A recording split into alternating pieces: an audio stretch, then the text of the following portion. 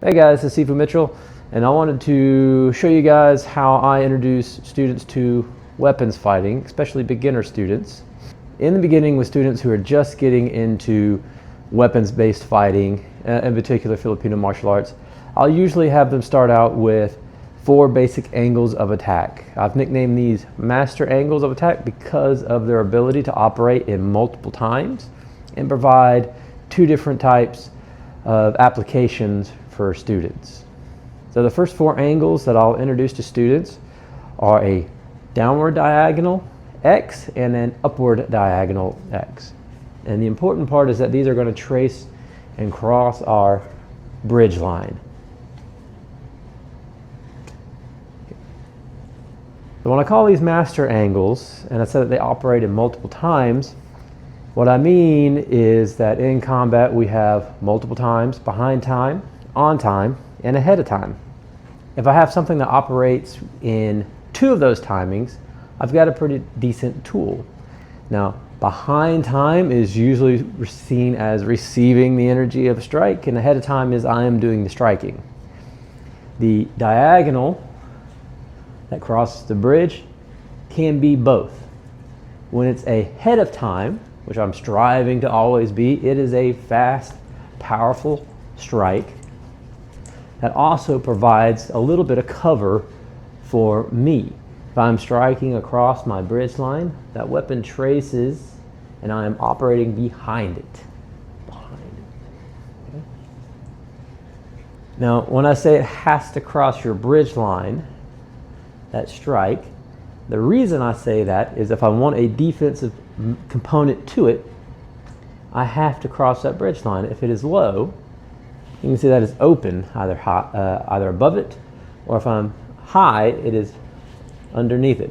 If I'm crossing my bridge, there's a moment where I can be behind this weapon while I'm striking or defending. Same thing here. If it strays low, you see it's all open up top. If I can bring it all the way up and across that bridge line, it is providing cover here and here. So earlier we looked at the 4 master angles, the downward X and the uppercut X. I'm going to use my assistant here and we're going to look at the first 2, the downward X, the angle 1 and the angle 2. Okay. So we're going to put it in a timing drill, and we discussed earlier how we have timings in combat: behind time, on time, and ahead of time. On time would be meeting weapon to weapon, and behind time becomes the blocking or countering or forewalling. So if I sped up all of a sudden on my partner, she's going to attack that line and that angle becomes a block. And we can go back to our timing. I'll speed up on the backhand and she'll maintain that line and that structure. Bend that a little. There you go. Right across there. Yep. And now that turns into the block. Okay, attack the line. Good.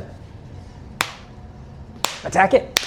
Ooh, good. So almost I don't know if you caught that, but my tip drifted low and her block almost caught me in the noggin. Yeah. And that's why we talked earlier about maintaining across your bridge. Because I shifted low and she maintained proper, see her block, if she follows through on her strike, would be here. It would make contact. I'll speed it up and she's going to attack that line. Good. Now you can see I'm looking through the weapon and she's looking across the weapon. Even though we have different heights, it still crosses that bridge line regardless of the height. Because I'm taller, she's looking a little higher, I'm looking a little lower. You're looking above that. Now, when we look at ahead of time is the strike. So she should be aiming for the weapon hand, and I'm going to put on a little protection for this one. Because the ultimate goal is to take away my ability to retain my weapon. So she's looking for this hand. Now, it's going to be important that we are not chasing the hand on this one, because when you chase the hand, your tip will inevitably move offline and then you become open. And if you miss the hand, you're exposed. So she's going to maintain striking on that line, and all she's going to do is just speed up her strike a little bit, and it's going to catch the hand. Good. Put a little more oomph into your strike. Remember, strike across your bridge at me, not the weapon. So here. Good. Faster than me. Boom. Good. The idea is that now she has multiple tools. She's got 3 tools that she can use. She can block, she can meet the weapon, or she can attack the hand, all while using that same structure.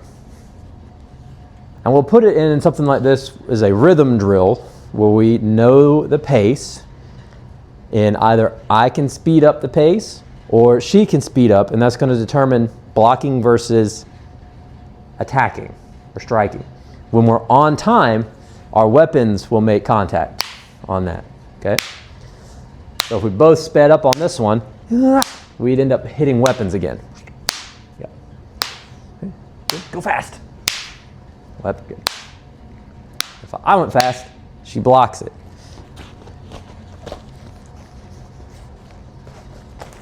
And if she goes fast and I don't, she's got the hand. Okay. And then the last component that I want to introduce to students early is movement. Not just footwork, but transitioning from one place to another. Now I differentiate between footwork and movement or transversors, because footwork can happen and I not displace myself. I am still in the same place the entire time. Kind of looks like tap dancing. A transversor or movement, and to me true footwork, is going to move the body out of range or offline in some capacity. So I'm not ending and beginning in the same place. Now that's a little bit like patting your head and rubbing your stomach in the beginning, because not only do you have to strike and maintain the angle, but you also have to move the body behind that strike.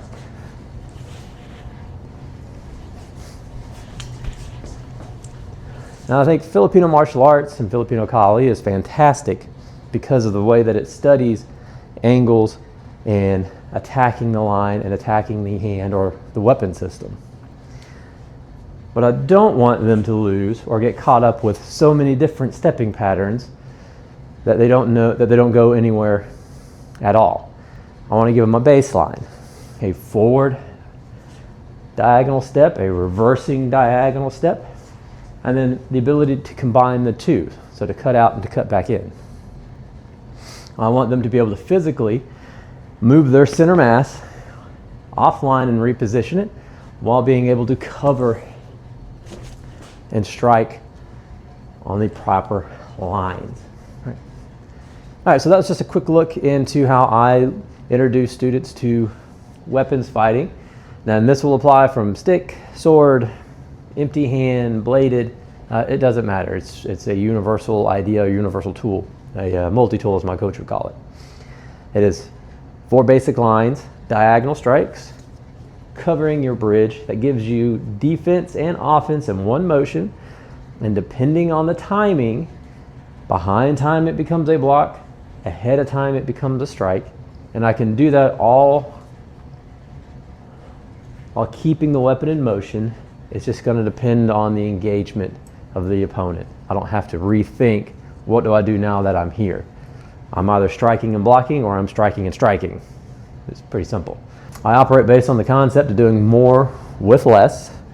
So if I can successfully defend an attack on 4 basic lines and good positioning, right, that's where I want students to begin. And then out of that comfort level of knowing that they can reposition, knowing that they can attack and defend, then we'll add in other ideas or other striking mechanics to go along with it, and that we can use our basic fundamentals to set up and execute successfully. Okay, so if that video wasn't too boring for you, or you get questions, or you want to know where can I get this type of training, go over to sifumitchell.com and check out my website. Add a comment down here, hit the subscribe, share it. Put a comment below if there's something in particular that you want to see, or if you have a question, or don't. Who am I to tell you what to do? I'm just a little man in a little box. I'll see you next time.